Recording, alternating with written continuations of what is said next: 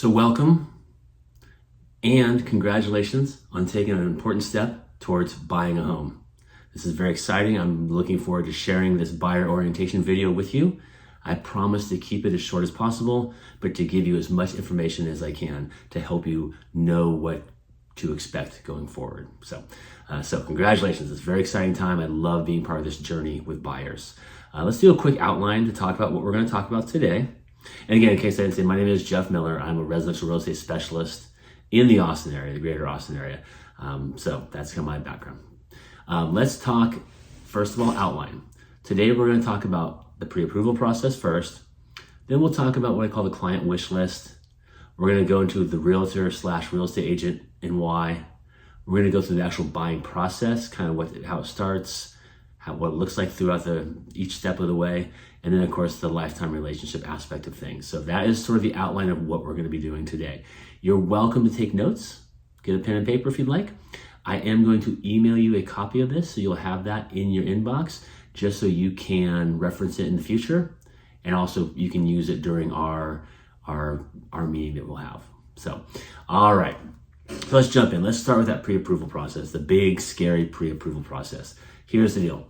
Getting pre-approved is super important. A lot of buyers are afraid to do the pre-approval process. Sometimes it's you don't want to share your information. Sometimes the fear of getting locked in. If you share that with a lender, somehow that lender's locking you in to work with them. And there are probably a few other items on the fear factor list. Here's the reality. Those lenders talk to people all the time, maybe even daily. And they go through this pre-approval process on a regular basis. Why? So they can help you to understand where you are and what you have to work with. Here's the deal with lending. There are a lot of programs out there. Like, it's not a one size fits all. There's a lot of different programs out there, and different buyers qualify for different programs based on their jobs, their income, their assets, whatever it is. There's a lot of different variables. That's the lender's job. He'll ask you questions. He'll get your information, and then he'll kind of let you know where you stand and what programs might be of benefit to you. Now, the whole thing on top of that is you're not locked in to work with them. And that I think that's the biggest fear people have. You don't want to talk to that lender. One, you don't want to share your personal information, but two, you're worried about being locked in, but you're not. Their job, literally what they do, is they talk to people all the time, give people the information they need. And then you can work with them or not work with them, or work with a different lender, or talk to 2 or 3 lenders and compare different programs and see what they all have. So, number one step though in this buying process is get pre-approved.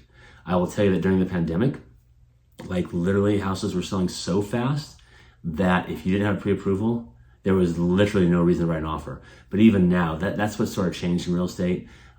Sellers won't take an offer that doesn't have a pre-approval letter. So it's definitely better to know what you're working with. Have that pre-approval letter in hand before we even get started. All right. Number 2 on our list is the buyer wish list. What is the buyer wish list? Well, it looks like this. You need to sit down and figure out exactly what it is that you want. And ideally, you write down everything you can think of. So, how big you want the house to be?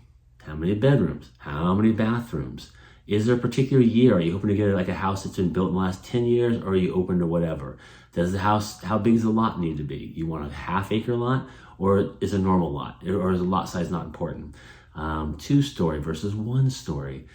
So there's a lot of variables. And then, of course, you want to research neighborhoods and communities. Now, maybe you have to live in a particular town, like maybe you have to live in Round Rock because you work at Dell Computers, or maybe you have flexibility, you can live anywhere in Central Texas. But the point being, you should research those areas. What's important to you? Is it family-oriented? Do you need to look at schools? Are restaurants important to you? Is commute time important to you? But do all that information ahead of time. So the caveat I'll have on this is we want to try, and this is hard, we want to try and be realistic. Meaning that if you did your pre-approval and they said, look, you're pre-approved for $500,000, and then you start writing your wish list and you're like, I want a 3-year-old house that's 10,000 square feet, that's got a gym and an Olympic-sized pool in the backyard on 10 acres with, a helicopter pad. Those two don't match, and so probably not gonna happen. So try to be as realistic as possible when you do that. That way, and think of it as a checklist, not an absolute. Because unless your budget's unlimited, it's best to say these number of items are things that were definitely important to us. Now, that leads to number 3. You want to interview and meet with at least 1 or 2 or 3 different realtors, and don't just pick the first one you meet, or don't just pick the last one you talk to, but figure out a person that relationally you'll connect with, who you feel is competent and can get the job done. Because that relationship with a realtor is gonna be super important. And why is that? And I will tell you that I know people who are like, I'll wait till I find a house and then I'll contact just a realtor. Our job is, yes, we know the market. So when you give us your pre-approval and we see your wish list and we have our meeting, then we can really say, okay, let me send you a whole bunch of houses that fit what you're looking for. That's great, right? We also know contracts, and we know how to write the offers, and we know how to negotiate, and we know what the laws are when it comes to real estate. So that's where we are your trusted sidekick through this journey. So don't think of it as I don't know what the words would be, but just think of it as, our job is to be alongside you during that journey from beginning to end to make sure you're successful. So after those 3 things, this is where the magic begins. So you got your pre-approval. You've made your wish list. You and I have had our conversation, and we've established kind of the reality of where we're at and what we want to do and what we're trying to accomplish. Now the fun begins. This is where, as your realtor, I go ahead and I do a whole search for you with the guidelines we're looking for. I find how many houses we can find, and I send those houses to you. The MLS is amazing. Now you can go online yourself, of course, and look at different houses. But the nice thing is we can go in there, give you a whole list of homes. Here are your houses. If there's any private notes that aren't listed publicly, we have that information too. For example, if there's a leak in the septic system, we can share that with you before, we even get too far in the process. So we give you all those homes. You look through them, the pictures are shiny, you're excited. You find the homes that you like, and you're like, these are the homes we're interested in. Then we go ahead and schedule a time. We go look at all those homes. And whether it's 2 homes, 5 homes, or 10 homes, we go take a look at all those different homes and decide what the pros and cons. And the goal, of course, is to find a home that feels like home, that checks off most of the boxes on your checklist, and that you're excited about. When we find that, if that's the home, then the next step is to get ready to make an offer. Now, at this point, as your realtor, as your trusted sidekick along with you in the journey, right, I would run comps. Comps are basically comparable homes that are under contract, have already sold in the last 90 days, or are actively on the market. That way we sort of know what our comparables are and what our competition is. That will help us to know how to craft our offer, the best offer possible. So we make that offer, and there's a lot of details. There's 23 paragraphs in a contract. We go through all the paragraphs we talk about. We make sure we fill in all the blanks. We make sure that we understand I make sure that you understand every detail that we're making in our offer. Then we present that offer to the seller's agent. The seller's agent and the seller talk about it. Now this is where the negotiations come in. They may counter, and people think it's always price, and it may be. They may counter, say, look, that price, the house was $500, your offer is $585, we want $598.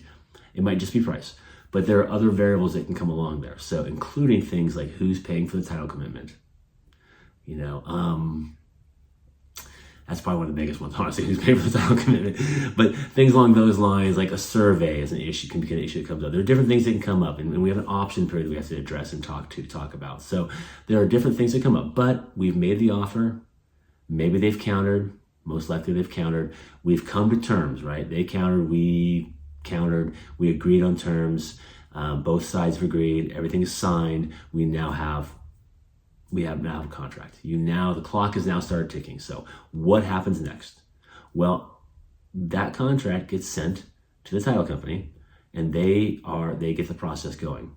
The biggest thing, there's a bunch of timelines that come down. So we've got an option period, and we'll talk about that in a second. Then we've got, all kinds of other variables. We've got financing, how long you have to get financing approved, the title commitment, when's the title commitment due, an appraisal, all these different little variables, the hoops that have to be jumped through.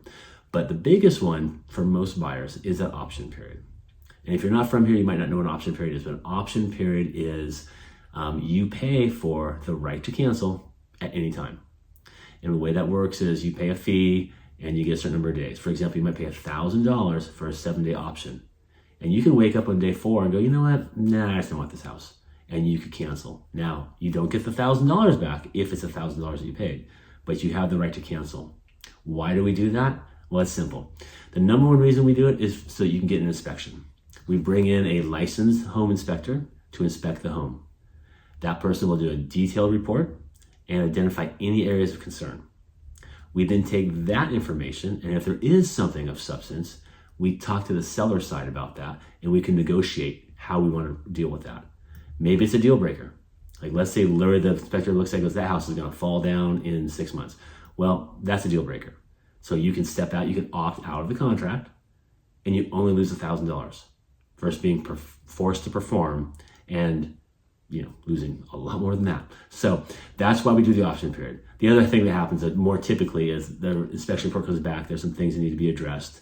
We discuss with the seller, and if there are things that are safety concerns, things along those lines, then there may be some sort of compensation where they lower the price or give money back at closing, etc., or they get it addressed. But anyway, that's why I'm by your side to make sure that gets taken care of. So at that point, let's say we've checked all those boxes, we go through the whole process, all the timelines have been met, everything's been taken care of.